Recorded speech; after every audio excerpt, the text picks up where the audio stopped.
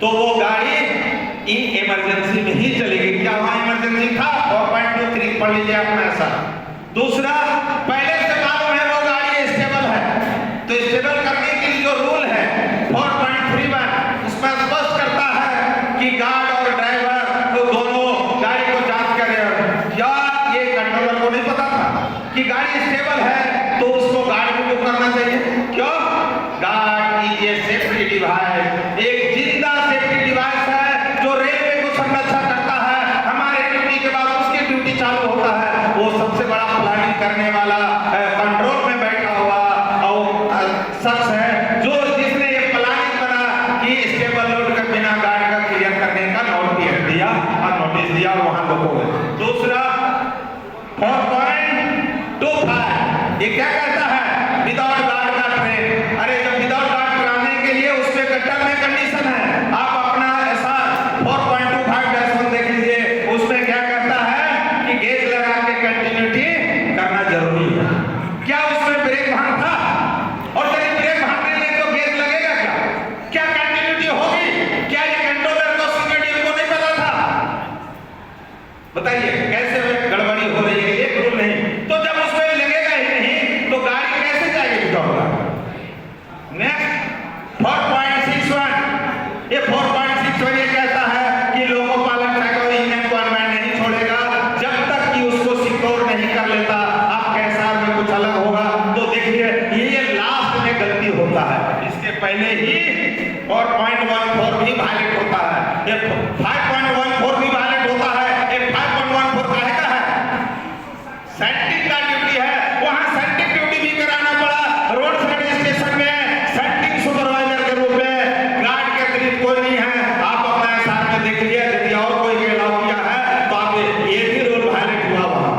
और लास्ट में होता है 5.23 ये 5.23 क्या है?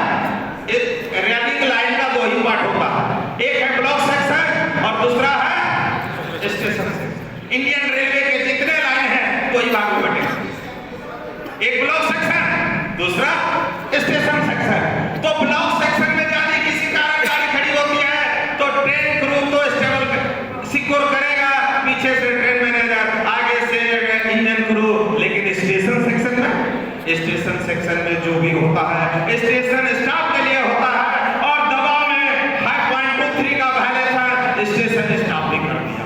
और इस तरह से ये सारे इसके अतिरिक्त जो टाइम से रेलवे बोर्ड का इंस्ट्रक्शन स्टेबल वो भी वायलेट हुआ। और तब कहीं के ये रोल डाउन हुआ और इतना सारे वायलेट करने के लिए पीसीओ और सीनियरडीओ तक रिस्पांसिबिलिटी की पॉलिसी मेकर कौन है? पीसीओ। इसीलिए मैं अपने साथ को बोला वो एफआईआर करने का बोला कि आप इसको लीजिए कि आप जो रूल बनाते हैं सीनियरडीओ को पावर दिए हैं, मिस इंटरप्रेट करता है, डीटीएसएस पर दबाव गलत देता है, सेक्शन कंट्रोलर पर देता है और वो इलीगल शॉर्टकट कराता है, उसका परिणाम ये।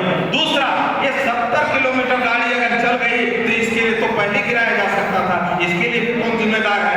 पुलिस कंट्रोल में बैठ के पॉलिसी मेकर सीनियरडीओ, क्योंकि वो एक यूनिटर होता है कंट्रोल का, एक चीफ होता है जिसने सही नहीं लिया उसको फर्स्ट ऑपरेचुनिटी में गिरा देना चाहिए था। ये 70 किलोमीटर गाड़ी चलने दिया गया बिना क्रू का, ट्रेन क्रू का। ये भी एक बहुत बड़ा दुर्घटना है। तो इस तरह से 7 गांव हुआ। उसके बाद अपनी गलती को छिपाने के लिए, अपनी पॉलिसी मेकर को गलती को छिपाने के लिए इंडियन रेलवे में गाड़ी चला नहीं पाएगा, इसके लिए आनंद फानन में गलत तरीका से डीआर का गलत उपयोग करके 14/2 में रिमूव किया जाता है। ये भी एक दूसरा गलती, प्रशासन बहुत बड़ा गलती किया। आर्टिकल 311 का वायलेशन किया, इससे बड़ा कोई रूल नहीं है।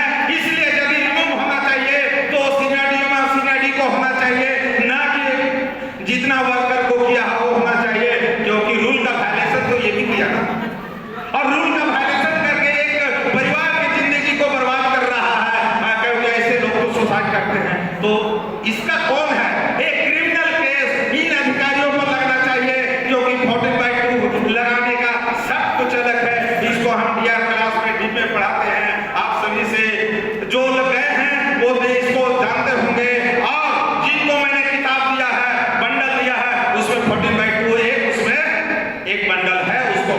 देखिए ये जब घटना हुई तो इमीडिएट सबको खोल के देखना चाहिए। मीडिया में पहले दे चुका था, पर लगता नहीं कि कुछ लोग इसको देखा हो। अगर देखता तो इस तरह से ये एक घटना के पृष्ठभूमि है, संगठन संज्ञान में लिया जो कि CWC दिल्ली में हो रहा, इमीडिएट प्रोडक्शन का लिया, लेकिन आज तक अदर कैटेगरी का कोई प्रोडक्शन नहीं है। इस तरह का आंदोलन विरोध हुआ, संगठन का हुआ। आप सोचेंगे क्या 5 आदमी खड़ा होने से ये हमारा वो आदमी बच जाएगा?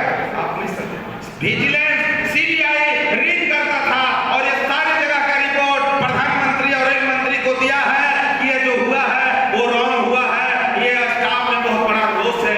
इंटरनल जानकारी बताता हूँ, क्योंकि इलासा के नेता के लोग दोस्त विजिलेंस वाले भी हैं और CBI वाले भी हैं, इलासा के नेता को बार बार नहीं करते हैं। तो साथियों ये प्रोटेस्ट पहला था और संगठन अब फिर से निर्णय लेगा कि आज मैं इससे बड़ा और क्या विरोध करूं कि 14/2 ना लग सके और संरक्षण पूर्वा गाड़ी रेलवे में चला सके और इस तरह की दुर्घटना ना हो। अब मैं आपके आपके बीच आपके पॉकेट से कुछ कटौती हो रही है, शायद आपको जानकारी कुछ लोगों को होगा, कुछ को नहीं। मेरे पास जो टेलीफोन आती है